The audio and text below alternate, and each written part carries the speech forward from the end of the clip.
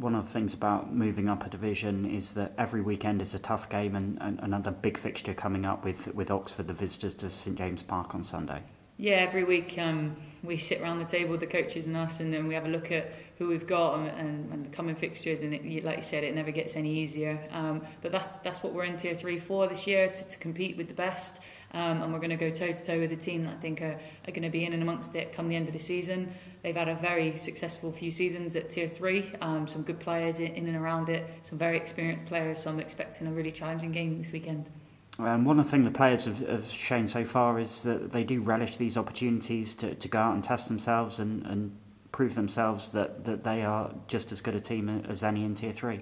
Yeah, absolutely, and I think we did a lot of work in pre-season about mindset, and that it's not just occasions anymore. These are going to be tough fixtures week in, week out, things that they've wanted for their own careers for a long while now, and they're delivering that week in, week out. We're making sure that we're set up in the way that we want to play, both with and without the ball every week, and we take into consideration our opposition, and we just work hard on that, and we know where we're good, we know where we're strong, we know some of the areas that we need to improve, but we look to make sure that we protect those areas as a team, and ultimately execute a game plan on a Sunday that will get us the 3 points.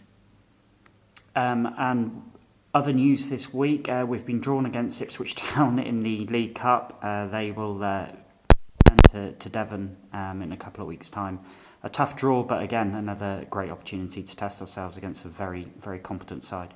Yeah, and I think if you looked at the teams before the draw, there's going to be no easy game in there. And to win a national trophy like this, you have to play against the best. You have to beat the best.